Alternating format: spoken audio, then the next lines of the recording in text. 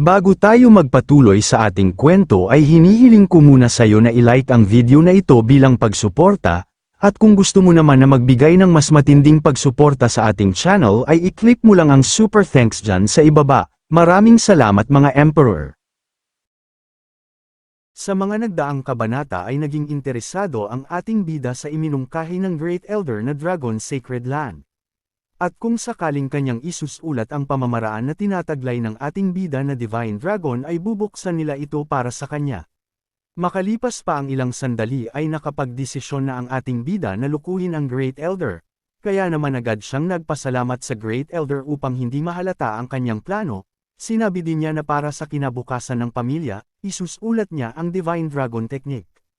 Ikinatuwa naman ni Great Elder nang pumayag ang ating bida, at sabay niya ding sinabi na ang iyong kontribusyon ay itatala sa kasaysayan ng pamilya. Inutusan niya na din ang kanyang alagad na ilagay ang kayamanan para kay Lu Hao. Sa loob-loob naman ng ating bida ay natutuwa ito na sabi pa nga niya na wala siyang pakialam sa hinaharap ng Lu family. Dagdag pa niya na ngunit ang matanda na ito ay laging hinahayaan ng mga kalokohan ni Lu Songxi. Kaya naman napagpasyahan niya na iwanan ito ng kaparusahan. Makalipas ang ilang mga sandali ay ipinag-utos na nga ng Great Elder na sa loob ng 3 araw ay nakabukas ang Dragon Abyss Sacred Land. Nandito na din ang mga disciples at natutuwa sila sa pagbabukas ng Dragon Abyss. Ngunit bahagya namang nag-aalangan pa ang isa na pumasok. Habang ang isa naman ay nagmungkahi na ang Dragon Abyss Sacred Land, ay nagbabukas lang sa 50 taon, kaya bakit ito binubuksan ngayon? Dagdag pa niya na maaaring ngayon ay parehong uri ng engranding pagdiriwang. Habang ang ating bida naman na nasa likod ay naisip niya na siguradong kinumpirma na ni Lu Sheng ang kanyang mga sinulat. Dagdag pa niya na kung tama ang kanyang hula ay siguradong nanggagalaiti na ang matanda kapag nakumpirma niya na ang teknik. Sinabihan naman siya ni Lu Hai na mag-iingat ang ating bida sa loob. Napalingon naman ang ating bida kay Lu Hai at kanyang nasabi na bagamat si Uncle Hai na ngayon ang Swine King, ngunit ang tunay na kapangyarihan sa pamilyang Lu ay na kay Lu Sheng pa rin, at kung may mangyaring hindi maganda ay hindi ako mapoprotektahan ni Uncle Hai. Tila kailangan kong mabilis na dumaan sa sagradong lupain at iwan ang pamilyang Lu bago matuklasan ni Lu Sheng ang sorpresa. Habang sa loob naman ng Dragon Abyss ay makikita ang mga disciples na bahagyang nahihirapan sa malakas na enerhiya. Habang nagpapatuloy si Lu Hao ay nakita niya ang mga disciples na napapasigaw sa tindi ng enerhiya. Nasabi pa nga niya na wala pang sinumang nakakatiis na mga disciples. Inihayag din niya na bawat isa sa mga haliging bato na ito ay kumakatawan sa martial spirit na iniwan ng isang ninuno ng pamilyang Lu. Dagdag pa niya na kapag na-absorb mo ito ay lubos na magpapahusay sa cultivation ng isang tao. Nang makalapit siya ay kanya nang sinabi na ang oras ay tumatakbo. Dapat akong magmadali at subukan din ito. Nang sandaling makaupo ang ating bida ay napansin naman siya ng disciples na sabi pa nga nito na nagsimula na si Lu Hao, tinanong din niya ang kanyang kasama na kung magtagumpay ba daw ang ating bida. Agad naman na sumagot ang isa na lahat sila ay mula sa bagong henerasyon, at nahihirapan tayong lahat, sa tingin mo ba ay kaya ni Lu Hao? Makalipas pa ang ilang sandali ay bigla na lang nawasak ang Spirit Stone na ginamit ng ating bida. Nasabi na lang ni Lu Hao na masyadong mahina ang mga martial spirit sa mga ordinaryong haliging bato, hindi man sila mas malakas sa akin, hindi nila ako matutulungang mag-improve man lang. Habang nalulungkot ang ating bida ay nagugulat naman ang mga nakatingin sa kanya na sabi pa nga ng isa, na ayon sa mga sabi-sabi na kapag ang stone pillar ay sumabog, ibig sabihin na talo na ang martial spirit sa loob, kaya naman malaking tanong sa kanila na kung malakas pa ba talaga si Lu Hao. Napansin naman ni Lu Hao ang isang mas malakas na stone pillar. Kaya naman agad niya itong nilapitan at kanyang sinabi na susubukan niya ang pinakamalakas na martial spirit. Nagulat naman ang mga disciples nang makita nila ang ating bida na lumapit sa malakas na martial spirit, nasabi pa nga nila na iyan ang stone pillar na iniwan ng founder ng Lu family. Dagdag pa ng isa na kung nababaliw na ba ang ating bida, may balak ba siyang hamunin ang martial spirit na iniwan ng founder. Hindi ba niya alam na bawal ito sa pamilya? Dahil hanggang ngayon, kung sino man ang sumubok na makatiis ang resulta ay palaging kamatayan. Ang ating bida naman na walang pakialam ay nagpatuloy na sa kanyang balak. Ngunit makalipas lang ang ilang sandali ay bahagya ng nahihirapan ang ating bida. Kaya naman nang makita ito ng mga disciples ay pinagtawanan nila si Lu Hao na sabi pa nga nila na nagsisimula na siyang magdusa, at mamamatay na siya dito ngayon. Dagdag pa ng isa na mukhang natutuwa pa na mahilig magpakitang gilas ang walang ingat na tanga. Napaisip naman ang ating bida na mukhang ang Stone Pillar ay talagang kakaiba kumpara kanina. Dagdag pa niya na parang may sinasabi sa kanya ito. Maya-maya pa ay bigla na lang nagkaroon ng malakas na pagsabog at dahil dito ay tumilapon ang mga kumag. Habang nahihirapang tumayo ang isa ay kanyang sinabi na kung nagalit ba niya ang ninuno at pinatay. Nang mawala ang makapal na alikabok ay makikitang maayos lang ang ating bida at ang nagyaring pagsabog ay isang pahiwatig na matagumpay ang ating bida. Agad din na nagpasalamat ang ating bida sa biyayang iniwan ng ninuno. At nang makita naman siya ng isang kumag na maayos lang ang ating bida ay halos malaglag ang kanyang panga. Nasabi pa nga niya na natiis ba niya kahit ang kamalayan ng unang ninuno. Dagdag pa niya na hindi lang iyon dahil pinagkalooban pa siya ng basbas. Habang ang ating bida naman ay hindi pa din makapaniwala na magagawa niyang kumonekta sa martial spirit ng pundasyon ng ninunong Lu family. Ipinakita din kasalukuyang antas ni Lu Hao ng Xuanji Realm sa rurok ng ika-4 na ranggo. Naisip din niya na sa kaalamang ibinigay ng ninuno, hindi lamang tumaas ng malaki ang kanyang cultivation, natutunan din niya ang tungkol sa ordinaryo ng kanyang Lu clan.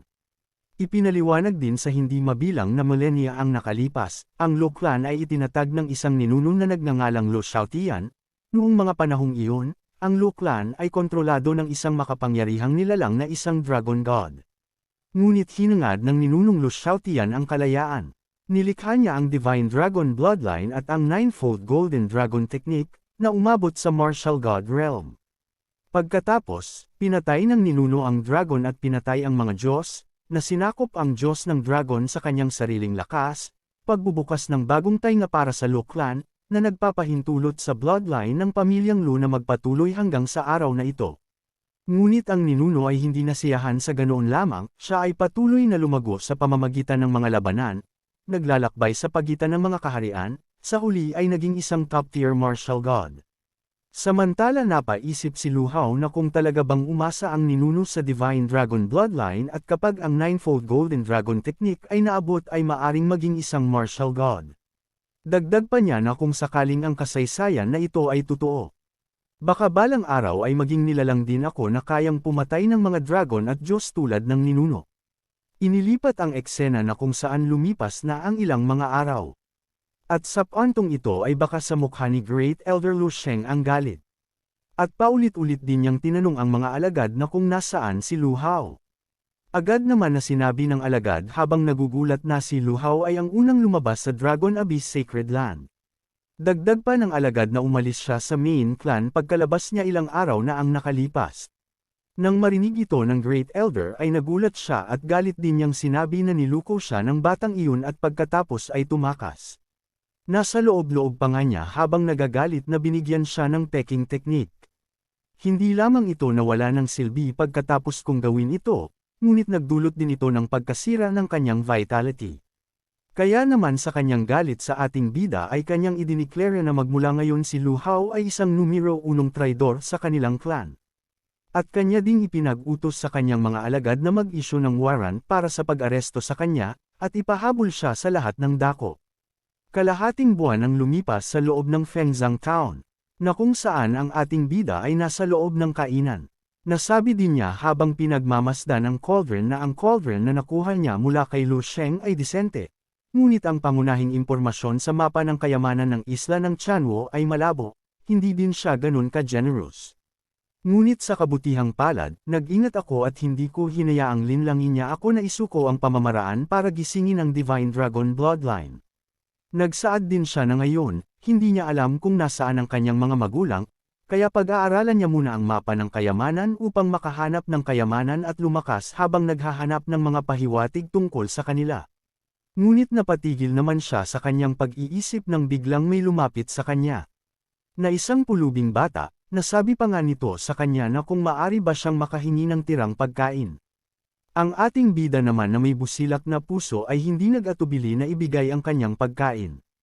Tuwang-tuwa naman ang batang pulubi at masayang nagpasalamat sa ating bida. Ngunit ang hindi maiiwasan na mga hangal sa isang lugar ay napansin ng ating bida na nagbigay sa isang pulubi. Kaya naman galit nitong pinarinig sa ating bida na magpapapasok ng pulubi, hindi mo ba alam na nakakasira ito ng kalooban? Dagdag pa niya na kung gusto mong maging kawang gawa, kumain ka kasama ang pulubi dito at maging isang nakakasakit ng mata. Narinig naman ito ng batang pulubi kaya naman bahagya na itong nag-aalangan na kumain. Ngunit sinabihan naman siya ni Luhaw na huwag matakot, at kumain lang ng dahan-dahan. Nang mapansin ng mga hangal na hindi sila pinapansin ng ating bida ay sumabog na ito sa galit habang kanyang minumura ang ating bida, na kung hindi ba daw ba nakakaintindi ang ating bida ng salitang tao. Dagdag pang pagmamayabang ng hangal na kung alam ba ng ating bida kung sino sila, dahil sila lang naman daw ay galing sa Black Tiger Mercenary Group. Sinabi din ng isa na kung alam din ba ng ating bida ang nangyayari sa gumagawa ng kalukuhan sa kanila.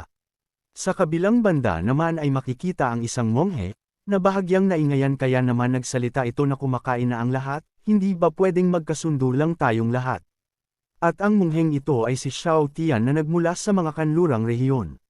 Sa kabilang lamesa din ay may nagsalita na manahimik na ang lahat.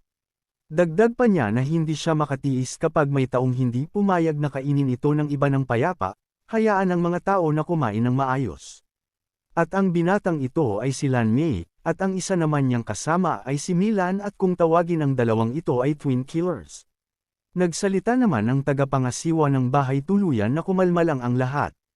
At kanya ding sinabi na siya ay ang tagapangasiwa at bibigyan niya ang lahat ng inumin, maging pala kaibigan tayong lahat at magkapera. Ngunit sinabihan naman siya ng isang hangal na boss lady, huli na ang lahat para maayos ito ngayon. Para sa dignidad ng aming Black Tiger Mercenary Group. Matapos niyang sabihan ng babae ay kanya nang inutusan ang kanyang mga kasamahan na patayin ang ating bida at ang isang batang pulubi. Na agad din namang sinunod ng kanyang mga kasamahan. Sa pagkakataong ito ay nainas na ang bata sa monghe kaya naman kanya itong pinagsabihan na sinabihan na kita kanina na huwag makipag-away sa mga hangal. Nagpahayag naman ang monghe na ang hamak na monghe na ito ay hindi makatiis na makakita ng karahasan, kaya wala akong pagpipilian kundi ang makialam ng walang pakundangan. Samantala muling nagsalita ang hangal na huwag makialam sa kanila ang iba. Dahil kung sino man ang maglakas loob na makialam sa kanila ay mamamatay. Natakot naman ang bata nang makita niya ang mga hangal na patungo sa kanya. Kaya naman napaiyak na lamang ang bata sa tindi ng takot ng kanyang nararamdaman. Ngunit ang ating bida na kanina pa nagpipigil ay naging seryoso na. Kaya naman bago pa man makalapit ang mga hangal ay agad na ginamit ni Luhaw ang kanyang abilidad na Mountain Crushing Drought. At sa lakas ng enerhiyang tumama sa mga kumag ay nagsitulsikan ang mga ito at napasigaw sa lakas ng atake. Habang ang bata naman ay namangha sa kanyang nakikita. Sinabihan din ng ating bida ang bata na lumapit ito sa kanya at huwag matakot. Samantala napaisip naman ang hangal na leader na ang magkaroon ng ganoong kapangyarihan sa isang galaw lamang ay hindi isang biro. Kaya naman malaking tanong sa kanya ang ating bida dahil sa bata pa ito. Muli namang nagsalita ang tagapangasiwa na lahat, isaalang-alang natin itong away ng magkakaibigan. Dagdag pa niya na lumapit sa kanya at makipag-inuman. Ang hangal naman ay agad na kumalma, at kanyang sinabi na dahil ito ang kaso ay bibigyan kita ng pagrespeto. Nagsalita naman ang monghe na mas katulad yan, di hamak na mas masarap ang pagkain dito kaysa sa paghampas sa isa't isa. Natawa naman ang binata at kanyang sinabi na ang monghe na ito ay may nakakatuwang paraan sa mga salita. Dagdag pa niya na hindi ba siya banayad na kinukutsa ang unggoy na iyon. Ninas naman ang hangal nang napagtanto niya na minamaliit siya ng monghe. At pinagkumpara sa masarap na pagkain. Agad na bumalik ang dalawa sa pagkain habang ang ating bida naman ay sinabihan niya ang bata na kumain lang ng dahan-dahan, at huwag mabubulunan. Napaisip din siya na kung hindi siya nagkaroon ng magandang pagkakataon para gisingin ang Dragon Bloodline ay tiyak na mas malala ang kalagayan niya ngayon kaysa sa batang ito. Napatigil naman siya sa kanyang pag-iisip nang biglang nagsalita sa kanyang tabi ang babae na batang bayani, ang kanyang alak ay tinatawag na Heroes Fall. Kanya ding ipinaalam sa ating bida na karamihan sa mga bayani ay nagpupunta sa Kangfeng Town para lang sa isang higop. Napatingin naman ang ating bida sa mukha ng babae na parang may napansin siya. Muli namang nagsalita ang babae na kung gusto bang subukan ng ating bida ito. Samantala muling nagalit ang mga hangal sa kanilang nakikita. Nasa isip-isip pa nga ng mga ito na ilang beses na akong pumunta dito at gumastos ng pera, pero hindi pa ako pinapakain ni Boss Juan ng ganyan.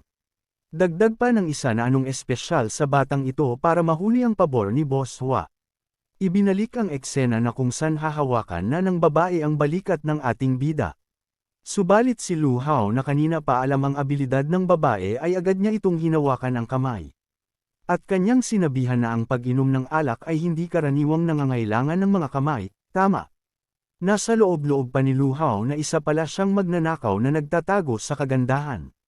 Nagulat naman ang babae at napaisip siya na kung bakit hindi naapektuhan ang ating bida sa kanyang orchid mist at nananatiling malinaw ang ulo. Ngunit para hindi siya mahalata ay kanyang sinabihan si Lu Hao na ikaw na maliit na bastos, sinasamantala mo ako.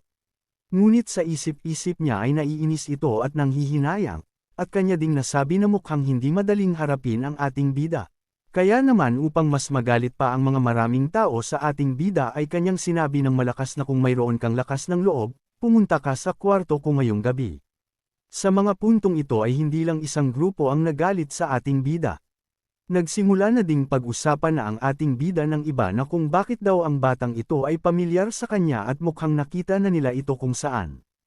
Agad naman na sinabi din ng isa na dahil ito ay nabanggit mo ay naalala ko na. Napalingon naman ang hangal sa ating bida nang marinig niya ang usapan ng iba na sabi pa nga niya na sandali lang ibig sabihin ang batang ito. Napasigaw naman ang bata na Big Brother mag-ingat. Ngunit ang ating bida na matalas ang pakiramdam ay alam na niya na ito.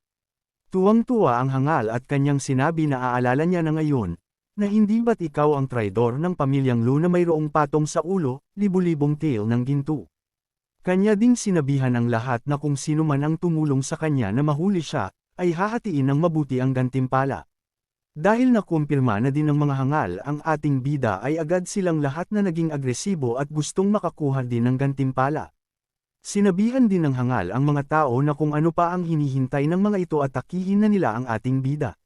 Ngunit ang ating bida naman na walang pakialam sa kanila ay nanatiling kalmado habang hawak ang batang pulubi. Sa puntong ito ay hindi na nakatiis ang binata kaya naman agad na ulit siyang tumayo at kanyang sinabi na nakikipagtulungan ang mga hangal laban sa isang tao. Subalit pinigilan naman siya ng kanyang kasama at sinabihan na hindi niya nakailangan ng iyong tulong. Kaya naman dahil dito ay wala na siyang nagawa ngunit bakas pa din sa kanyang mukha ang pag-alala. Samantala nilabas naman ng ating bida ang kanyang aura at sabay niyang sinabihan ng mga hangal na kung gusto ba ng mga ito ang kanyang bounty. Dahil kung ganoon ay titignan nila kung ano ang kanilang magagawa.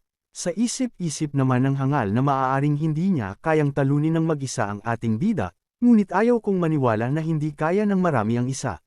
Ngunit napatigil naman siya sa pag-iisip nang biglang nagpakawala ng isang atake ang ating bida. Dahilan upang manlaki ang kanyang mata at makaramdam ng takot. Dahil sa pinakawalang atake ng ating bida ay hindi ito basta-basta kahit nasa mababang yugto pa lang ito. Sa lakas ng atake ay walang nagawa ang hangal na patay gutom, at nagsanhi pa ito ng pagtilapon niya sa labas.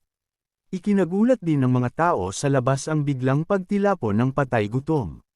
Mabilis naman na lumapit ang ating bida at nang makita siya ng hangal ay takot na takot ito na nagmamakaawang huwag siyang lapitan. Sinabihan naman ng ating bida na gusto mo ng libu-libong tails, pero pagkatapos lang ng warm-up, nanginginig ka na ng ganito.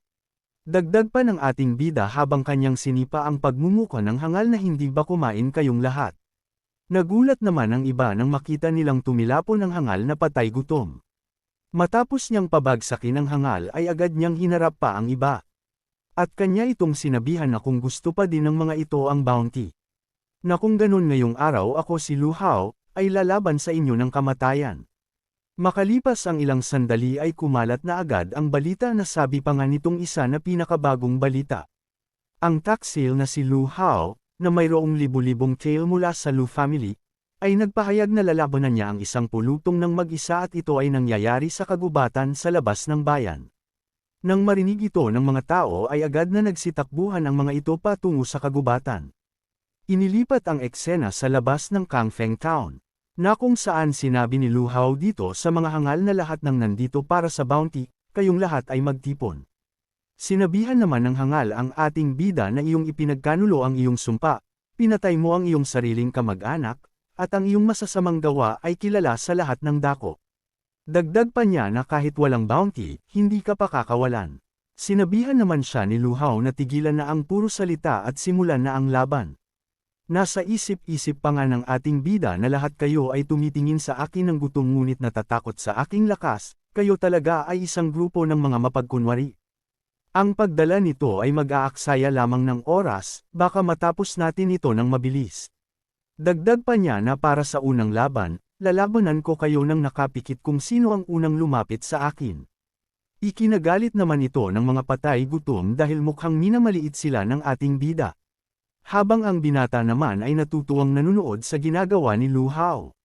Nasabi pa nga niya na ang Lu Hao na ito ay may lakas ng loob, ito ay medyo kahanga-hanga, hindi naman siya hawig sa mga nakasulat sa wanted poster.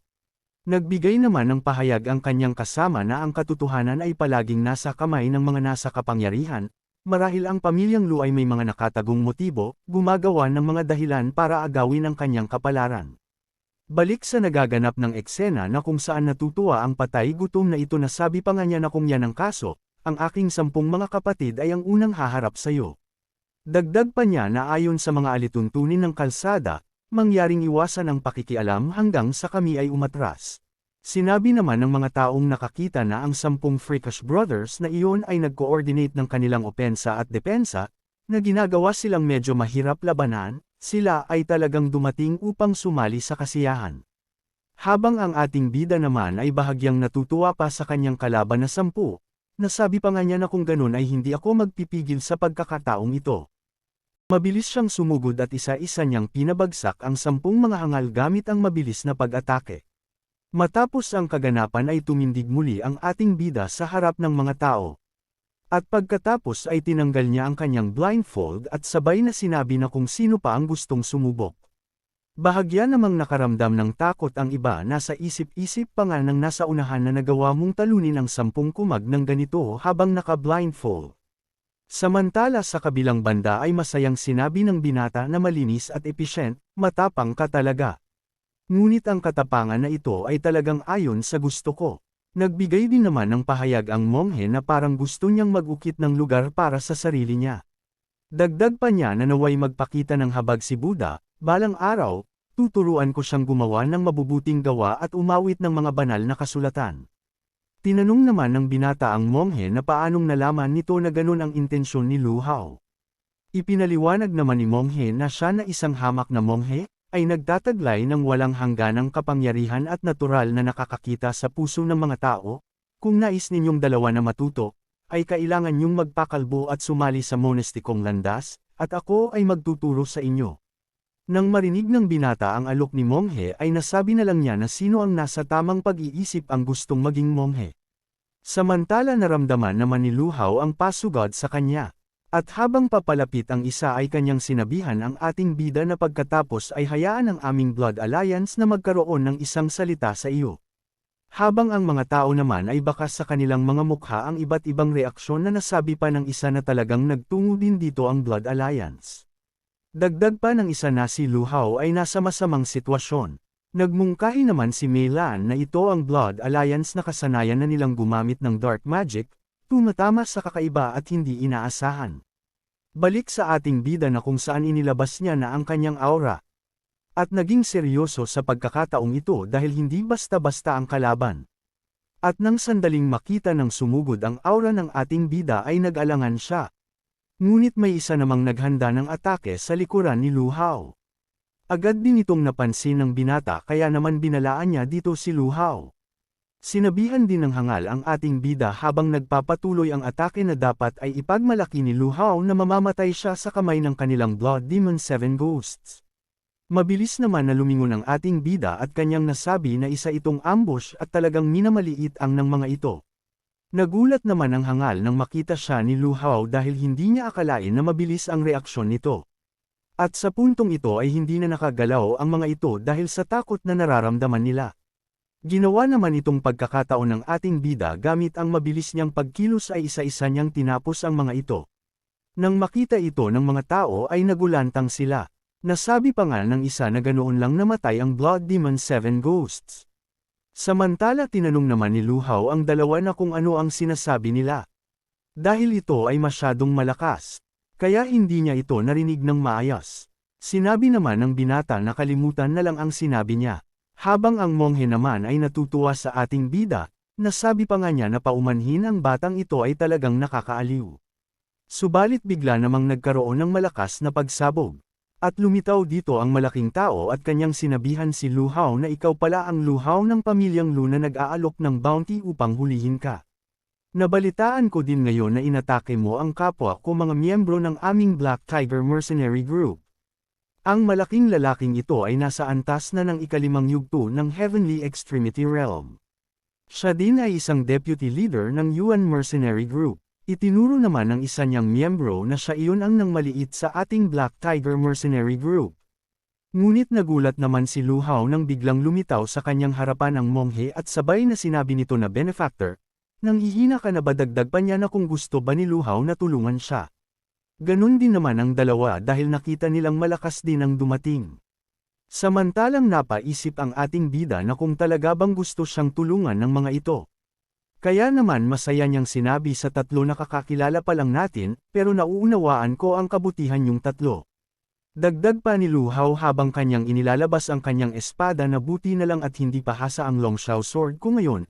Ang pagharap sa isang kalaban na maaari pa ring ituring na isang karapat-dapat na kalaban ay naging dahilan upang ako ay minus.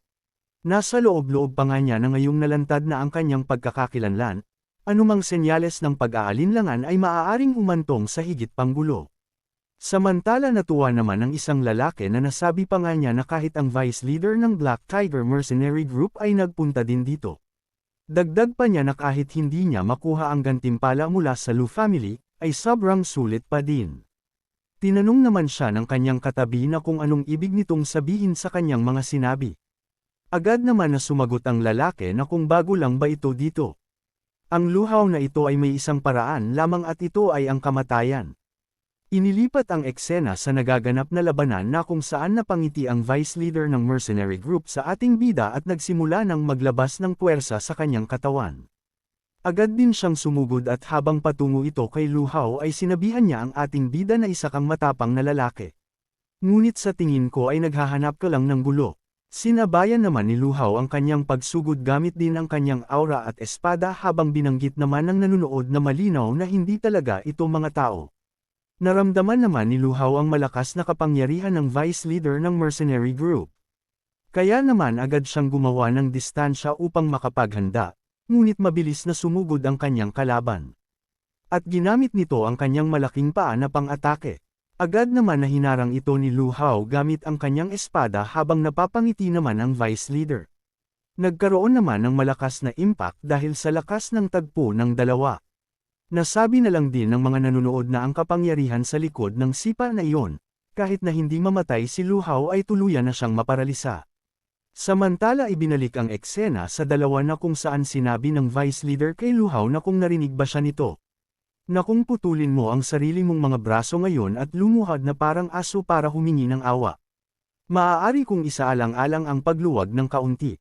Ngunit sinabihan naman siya ni Luhao na marami kang sinasabi. Ngunit nag-aalala ako na hindi ka man lang kwalipikado. Nagulat naman ang vice leader ng biglang paglakas ng ating bida. Kalaunan ay hindi na ito kinaya ng vice leader ang malakas na puwersa ni Luhao. Tumilapon ang vice leader at malaking tanong sa kanya na kung paano biglang lumakas ang ating bida. Sinabihan naman siya ni Luhao na mayroon kang ilang malupit na lakas, ngunit sa kasamaang palad, ikaw ay masyadong mayabang at pabaya. Mukhang nakatadhana kang makaligtaan ng bounty na iyon. Dagdag pa ni Luhao habang kanyang pinapakawalan ng kanyang atake na kung ganun ay hindi nakita bibigyan pa ng pagkakataon. Walang nagawa ang vice leader sa mabilis na atake ni Luhao na dahilan upang bawian na ito ng buhay. At nang matapos ang pangyayari ay nagkaroon ng panandaliang katahimikan. Ilang sandali pa ay sinabihan ni Luhao ang vice leader na ikaw ang nagdala nito sa iyong sarili. Habang ang mga nakasaksi sa ginawa ng ating bida ay hindi makapaniwala na kung ano ba ang ginawa ng ating bida. Nagawa niyang talunin ang vice leader ng Black Tiger Mercenary Corps. Nagbigay din naman ng pahayag ang binata na 3 beses nang hinamon ng batang ito ang pangunawa ko ngayon. Tinanong din niya si Meilan na walang sinumang magtatangkang galitin siya tama. Agad naman na sumagot si Meilan na malamang na hindi ito at hindi magiging ganoon kasimple. Samantala tinawag naman ng isang hangal ang ating bida habang hawak niya ang batang pulubi na kung hindi susuko ang ating bida ay papatayin niya ang batang babae. Dagdag pa niya habang natatawa na hindi ba ikaw ang mahilig gumanap na bida? Hindi mo magagawang maligtas ang isang taong malapit ng mamatay. Subalit seryoso naman siyang tinanong ni Lu Hao na kung tinatakot ba siya nito. Matapos niyang magsalita ay agad niyang inatake ang kamay nito dahilan upang tumilapon ang bata at napasigaw ang hangal sa natamo niyang pinsala. Agad naman siyang sinalo ng ating bida ng mabilis. Ngunit napansin naman ng bata ang isang hangal na nasa likod na kaya naman binalaan niya ang ating bida na may kalaban sa likod. Ngunit huli na ang lahat dahil nagawa na nitong makalapit. Nang maramdaman ito ni Lu Hao ay bahagya siyang nakaramdam ng panghihina. Sinabi ng hangal na umatake sa ating bida na hindi na masama ang tulad mo Lu Hao, dahil talagang nagawa mong talunin ang Blood Demon 7 Ghosts Alliance, pero medyo naging pabaya ka, nahulog ka sa aking Blood Hook Seal, ngayon, dapat ay labis kang nagdurusa. Narinig naman ng mga tao ang sinabi ng hangal na narinig nila na ang Blood Hook Seal technique ay kahalintulad sa sumpa. Ang mga tinamaan nito ay nakakaranas ng matinding sakit sa kanilang mga meridian, tulad ng mga uod na bumabaon sa kanilang mga buto. Dagdag pa ng isa na mukhang katapusan na talaga ni Lu Hao sa pagkakataong ito. Sa isip-isip naman ng ating bida na ang kanyang mga meridian ay parang nilalamon ng libong insekto. Natatawa namang ipinaalam ng hangal sa ating bida na alam mo ba na ang pamilyang Lu ay nagdagdag na ng bounty ng 100 Earth Profound Stones. Sa kagustuhan kanilang makuhang buhay para sa isang hanay ng Earth Tier Martial Arts, gayunpaman, sa kasalukuyan ay mas interesado ako sa mga kayamanan na nasa iyo, kung gusto mong panatilihin ang iyong buong bangkay. Ngunit nagmatigas naman ang ating bida at galit lang niyang sinabi na mali ang inakala mo. Natawa naman ang hangal habang naghahanda ng kanyang pamatay na atake na sabi pa nga niya na talagang sumasagot pa ang ating bida, kung ganun ay ipapadala kita upang bisitahin ang aking Blood Alliance brothers. Ngunit bago pa man niya tamaan ang ating bida ay may isang gintong palad ang pumihil sa kanya. At dahil dito ay nagkaroon ng bahagyang pagsabog. Dahil nakarating ka na sa part na ito ay inaanyayahan kita na pindutin ang like at mag-subscribe at i-on ang notification bell. At kung gusto mo naman na suportahan ng matindi ang bidang hangal na ito ay maaari mo ding pindutin ang super thanks sa ibaba para mas lalong ganahan ang hangal na ito. Maraming salamat mga bida. Agad siyang gumawa ng distansya at kanyang tinanong kung sino ang nakialam sa kanyang ginagawa. Nagsalita naman ang monghe habang hawak niya ang batang pulubi na medyo bata pa ang batang ito. Kung makakita siya ng labis na pakikipaglaban at pagpatay, at bumuo ng isang baluktot na pag-iisip, iyon ay isang tunay na kahihiyan. Agad din niyang ibinigay ang batang pulubi sa mga taong nanunood. Habang ang hangal naman ay nanginginig na sa galit. Kaya naman habang nakatalikod ang monghe ay naghanda na siya ng kanyang atake na sabi pa nga niya na ikaw na isang monghe ay talagang pagod ka ng mamuhay. Subalit bago pa man niya mapakawala ng kanyang atake ay biglang lumitaw ang malaking imahe ng monghe na gawa sa enerhiya. At nang makita ito ng hangal ay napahinto siya dahil sa sobrang pagkabigla. Nasa isip-isip pa nga niya na ang mongheng ito ay talagang nakahanda na kanina pa. Sinabihan naman siya ng monghe na kung may lakas ka ng loob ay sumama sa kanya.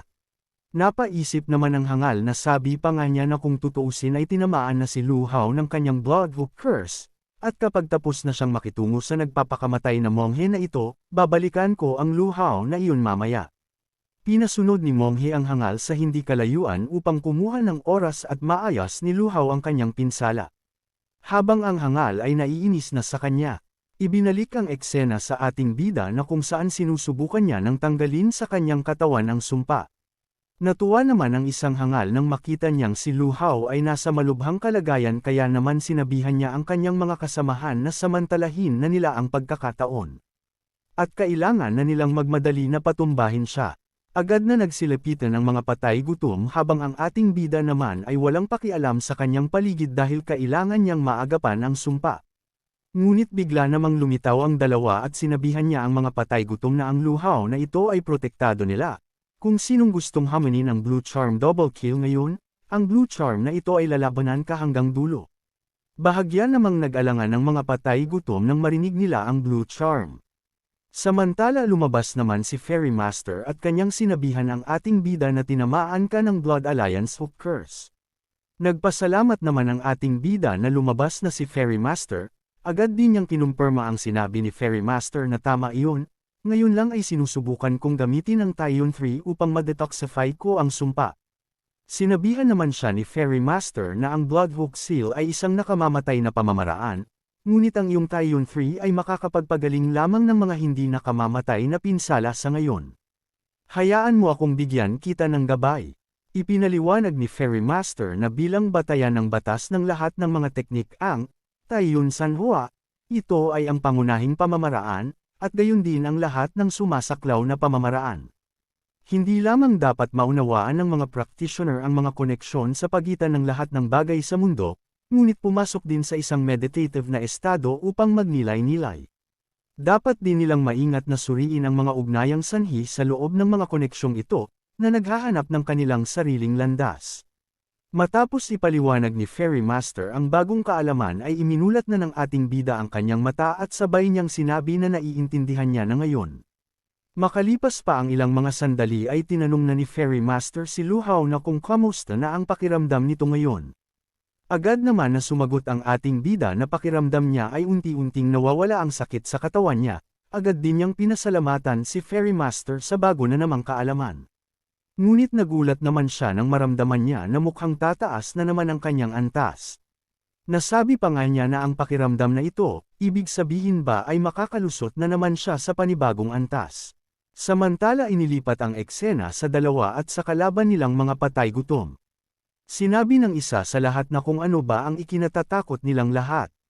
Na kahit gaano man sila kalakas, sila ay dalawa lamang, at sa dami nila matatapos lang ba talaga tayo ng ganito. Sinang-ayunan naman ito ng isa na ngayon lang sinabi ng walang dugong demonyong iyon. Idinagdag ng pamilyang Lu ang Earth Zuan Stones at ang Earth Grade Technique, ngunit itong Lu Hao ay mayroon ding Jade Shell sa kanya ngayon. Sa sinabi ng isa ay nagkaroon na ng lakas ng loob ang iba kaya naman sinabi na nila na ito na ang pagkakataon nila. Agad na sumugod ang mga ito patungo sa dalawa na nakaharang sa kanilang dadaanan. Sinabi naman ng binata na mukhang magkakaroon sila ng magandang oras kasama ang mga bangkay. Ngunit napalingon naman silang dalawa nang bigla nilang maramdaman ang matinding enerhiya sa likod. Agad na bumuhos ang malakas na enerhiya kay Lu Hao senyales na tagumpay itong umangat ng antas, at agad din naman na lumayo ang dalawa upang hindi sila tamaan nito habang ang mga patay gutom naman ay nagulat. Nang nawala ang makapal na enerhiya ay naglalakad na ang ating bida. At kanyang sinabihan ng mga patay gutom na mukhang hindi na kayo makapaghintay. Mukhang masyado din akong naging magalang kanina. Sa kabilang banda naman na kung saan nangyayari na ang labanan ay sinabi dito ni Monghe na kaibigan masyadong malakas ang murderous aura mo. Paano kung hayaan ang hamak na Monghe na ito na tulungan kang makahanap ng kapayapaan? Matapos ang kanyang pagsasalita ay agad niya na itong inatake na agad namang naiwasan ng hangal. Naiinis naman ang hangal na ito dahil hindi niya inaasahan na malakas pala ang Monghe. Hindi rin niya nabalitaan ang Monghe na ito dati na ganun pala ito kalakas. Kaya naman upang mabuhay pa siya ay agad niyang sinabihan ang Monghe na kung titigil ka ngayon, hahayaan kitang mahuli ng buhay si Lu Hao at kunin ang gantimpala. Ngunit sinabihan lang siya ng Monghe na hindi kailangang maging magalang kaibigan, ang hamak na Monghe na ito, na tinalikuran ang makamundong buhay, ay matagal nang binitawan ang mga materyal na ari-arian na ito, gayunpaman, ang pagtulong sa iyo na makahanap ng kapayapaan ay maaari pa rin akong makakuha ng merit. Kasunod nun ay agad na din niyang pinakawalan ang kanyang atake na ikinabahala naman ng hangal. At habang pinapanood sila ng ibang martial artist ay nagbigay ito ng pahayag na tingnan mo. Ang asetiko na ito mula sa kanlurang mga rehiyon ay nakatutok lamang sa Dharma, pinababayaan ang mga kasanayan sa militar at kapangyarihan, talagang napakalakas niya. Nagbigay din naman ng pahayag ang isa na parang laging may mas malakas na individual. Ang Zuushan ay talagang nakaharap sa isang mahigpit na kalaban sa pagkakataong ito. Sinabihan naman siya ng isa na hindi siya sigurado tungkol doon. Sa mga puntong ito ay wala na talagang pagpipilian ang hangal kung hindi gamitin ang kanyang tinatagong alas. Nasabi pa nga niya na ikaw na matapang na monghe, ikaw ang nagtulak sa akin ng ganito. Pinaliwanag ang patungkol sa Blood Alliance na ang mga galing sa Blood Alliance ay kilala sa kanilang kalupitan at tuso. Meron pa daw silang teknik para ma-self-destruct ang isang tao, kahit na nangangahulugan ito ng pagpatay ng 1,000 mga kaaway habang nagdurusa ng 800 pagkatalo, ito ay isang desperado, ang huling hakbang. Nagpanik ang mga martial artists sa pagkakataong ito dahil gumamit na ng kasuklam-suklam na pamamaraan ang hangal. Kaya naman nang makita din ito ng monghe ay nasabi na lang niya na hindi ito maganda. Habang nagpapatuloy ang hangal sa kanyang ginagawa ay muling sinabi ng monghe na ito ay isang ipinagbabawal na pamamaraan ng paglunok ng langit at pagbaligtad ng araw. Kinokontrol ng Zuuzhan ang mga miyembro ng Black Tiger Mercenary Corps. Natatakot ako na ang buong kagubatan na ito ay magiging mga durog na bato. At nang makita ng hangal na tumatakbo ang mga martial artist ay natatawa niyang sinabi na sa tingin ba nila ay maakakatakas pa sila. Dagdag pa niya habang kanyang pangpinalakas ang kanyang ginagawa na kayong lahat ay mamamatay. Halos magsisigaw naman ang mga martial artist sa nangyayari sa kanila at humihingi ito ng tulong. Ngunit nakarating naman na ang ating bida at agad niyang ginamit ang kanyang Golden Dragon 9 turns technique, na nasa ikalimang galaw, ang kayang lumunin ang kalangitan. Kaya naman walang kahirap-hirap na napawalang bisa ang ginagawa ng hangal sa atakeng pinakawalan ni Lu Hao. At nang makita din ito ng hangal ay nasabi na lang niya na ang kanyang nakontrol na mga mandirigma ay nilamon lahat. Nagsalita din ang ating bida Zuuzhan ngayon oras na para ayusin ang kanilang naudlot na laban.